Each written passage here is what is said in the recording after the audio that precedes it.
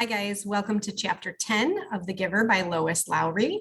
I remind you that this is the last chapter for that worksheet for 7, 8, 9, and 10, where you're simply writing down setting. There's a new one in this chapter. Characters, also a new character, I believe, in this chapter. The main event in the plot, give me a complete sentence for that, and then how those three tie together. And then we'll be moving on to our next section. You may read this with me or read it on your own. That's up to you. If you're going to stay with me, let's get right into it. I go in here, Jonas, Fiona told him when they reached the front door of the House of the Old after parking their bicycles in the designated area. I don't know why I'm nervous, she confessed. I've been here so often before. She turned her folder over in her hands. Well, everything's different now, Jonas reminded her. Even the nameplates on our bikes, Fiona laughed. During the night, the nameplate of each new 12 had been removed by the maintenance crew and replaced with the style that indicated citizen in training. I don't want to be late, she said hastily and started up the steps. If we finish at the same time, I'll ride home with you. Jonas nodded, waved it to her, and headed around the building toward the annex, a small wing attached to the back. Notice that's your definition of the word annex, a small wing attached to the back. So it's attached to the House of the Old. He certainly didn't want to be late for his first day of training either. The annex was very ordinary, its door unremarkable. He reached for the heavy handle, then noticed a buzzer on the wall. So he buzzed instead. Yes, the voice came through a small speaker above the buzzer. It's Jonas. I'm the new, come in. A click indicated that the door had been unlatched. The lobby was very small and contained only a desk at which a female attendant sat working on some papers. She looked up when he entered. Then, to his surprise, she stood. It was a small thing, the standing, but no one had ever stood automatically to acknowledge Jonas's presence before. Welcome, receiver of memory, she said respectfully. Oh, please, he replied uncomfortably. Call me Jonas. She smiled, pushed a button, and he heard a click that unlocked the door to her left. You may go right on in, she told him. Then she seemed to notice his discomfort and to realize its origin. No doors in the community were locked, ever. None that Jonas knew of anyway. The locks are simply to ensure the receiver's privacy because he needs concentration, she explained. It would be difficult if citizens wandered in looking for the Department of Bicycle Repair or something. Jonas laughed, relaxing a little. The woman seemed very friendly. And it was true. In fact, it was a joke throughout the community that the Department of Bicycle Repair, an unimportant little office, was relocated so often that no one ever knew where it was. There is nothing dangerous here, she told him.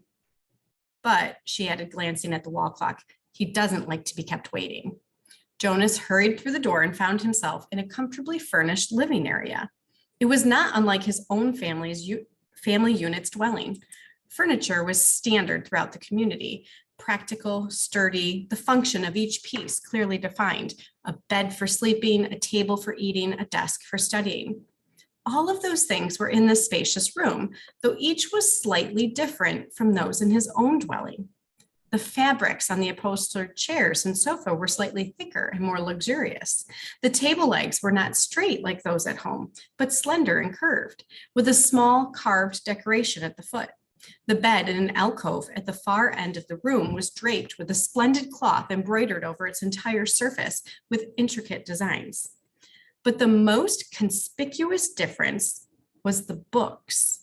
In his own dwelling, there were the necessary reference volumes that each household contained, a dictionary and the thick community volume which contained descriptions of every office, factory, building, and committee, and the book of rules, of course.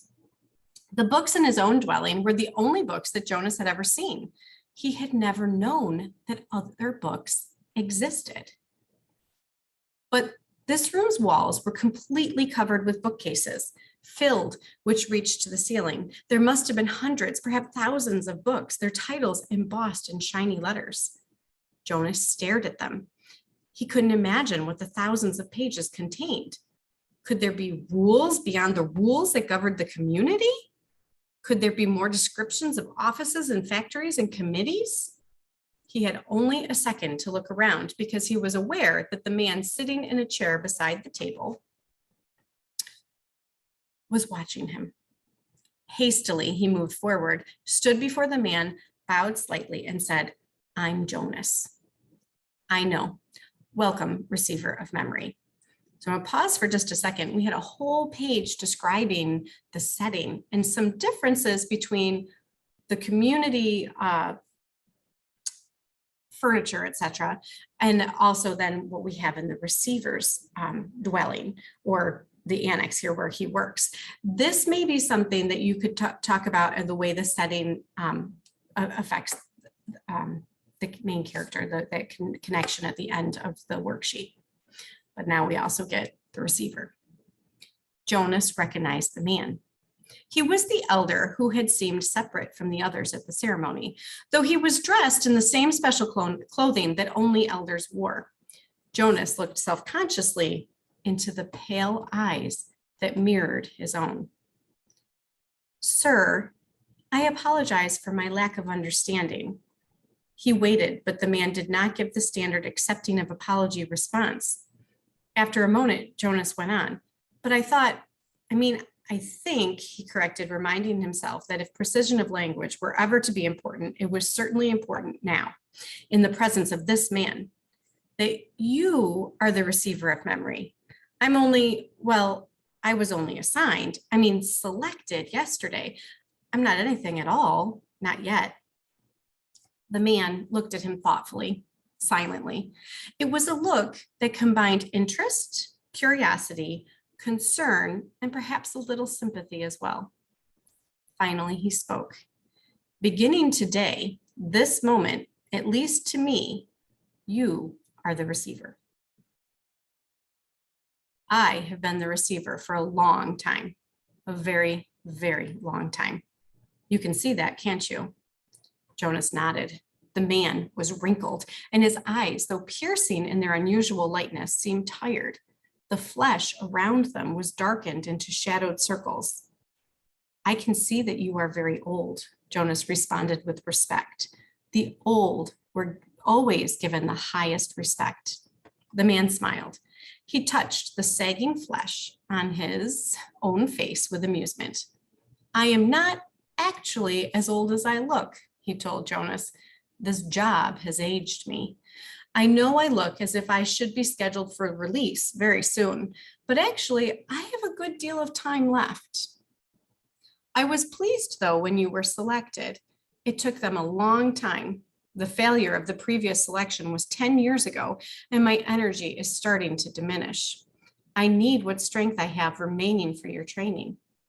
I have hard and painful work to do, you and I. Or we have hard and painful work to do, you and I." "Please sit down," he said, and gestured toward the nearby chair. Jonas lowered himself onto the soft, cushioned seat. The man closed his eyes and continued speaking. "When I became 12, I was selected, as you were. I was frightened, as I'm sure you are." He opened his eyes for a moment and peered at Jonas, who nodded. The eyes closed again. "I came to this very room to begin my training. It was such a long time ago. The previous receiver seemed just as old to me as I do to you. He was just as tired as I am today." He sat forward suddenly, opened his eyes, and said, "You may ask questions. I have so little experience in describing this process. It is forbidden to talk of it." "I know, sir. I have read the instructions," Jonas said, "so I may neglect to make things as clear as I should." The man chuckled. "My job is important and has enormous honor, but that does not mean I am perfect. And when I tried before to train a successor, I failed. Please ask any questions that will help you." In his mind, Jonas had questions, 1,000, 1,000,000 questions, as many questions as there were books lining the walls, but he did not ask one, not yet. The man sighed, seeming to put his thoughts in order. Then he spoke again. "Simply stated," he said, "although it's not really simple at all, my job is to transmit to you all the memories I have within me, memories of the past. Sir, Jonas said tentatively, I would be very interested to hear the story of your life and to listen to your memories. I apologize for interrupting, he added quickly. The man waved his hand impatiently. No apologies in this room, we haven't time. Well, Jonas went on, uncomfortably aware that he might be interrupting again. I am really interested. I don't mean that I'm not, but I don't exactly understand why it's so important. I could do some adult job in the community, and in my recreation time, I could come and listen to the stories of your childhood. I'd like that. Actually, he added, I've done that already in the house of the old. The old like to tell about their childhoods, and it's always fun to listen. The man shook his head. No, he said, I'm not being clear. It's not my past, not my childhood that I must transmit to you. He leaned back, resting his head against the back of the upholstered chair. It's the memories of the whole world, he said with a sigh. Before you, before me, before the previous receiver, and generations before him. Jonas frowned. The whole world? He asked. I don't understand. Do you mean not just us? Not just the community? Do you mean elsewhere too? He tried in his mind to grasp the concept. I'm sorry, sir. I don't understand exactly. Maybe I'm not smart enough. I don't know what you mean when you say the whole world or generations before him. I thought there was only us. I thought there was only now. There's much more. There's all that goes beyond, all that is elsewhere, and all that goes back and back and back. I received all of those when I was selected, and here in this room, all alone, I re-experience them again and again. It is how wisdom comes and how we shape our future. He rested for a moment, breathing deeply. I am so weighted with them, he said. Jonas felt a terrible concern for the man suddenly. It's as if the man paused, seeming to search his mind for the right words of description. It's like going downhill through deep snow on a sled, he said finally. At first, it's exhilarating, the speed, the sharp, clear air, and then the snow accumulates, builds up on the runners, and you slow and you have to push hard to keep going. And he shook his head suddenly and peered at Jonas. That meant nothing to you, did it? He asked. Jonas was confused. I didn't understand it, sir. Of course you didn't. You don't know what snow is, do you? Jonas shook his head. Or a sled? Runners? No, sir, Jonas said. Downhill? This term means nothing to you. Nothing, sir. Well, it's a place to start. I'd been wondering how to begin. Move to the bed and lie face down. Remove your tunic first. Jonas did so, a little apprehensively. Beneath his bare chest, he felt the soft folds of the magnificent cloth that covered the bed. He watched as the man rose and moved first to the wall where the speaker was. It was the same sort of speaker that occupied a place in every dwelling. But one thing about it was different. This one had a switch, which the man deftly snapped to the end that said, off. Jonas almost gasped aloud. To have the power to turn the speaker off? It was an astonishing thing. Then the man moved with surprising quickness to the corner where the bed was. He sat on a chair beside Jonas, who was motionless, waiting for what would happen next. Close your eyes, relax. This will not be painful. Jonas remembered that he was allowed, that he had even been encouraged to ask questions. What are you going to do? He asked, hoping that his voice didn't betray his nervousness. I am going to transmit the memory of snow, the old man said, and placed his hands on Jonas's bare back.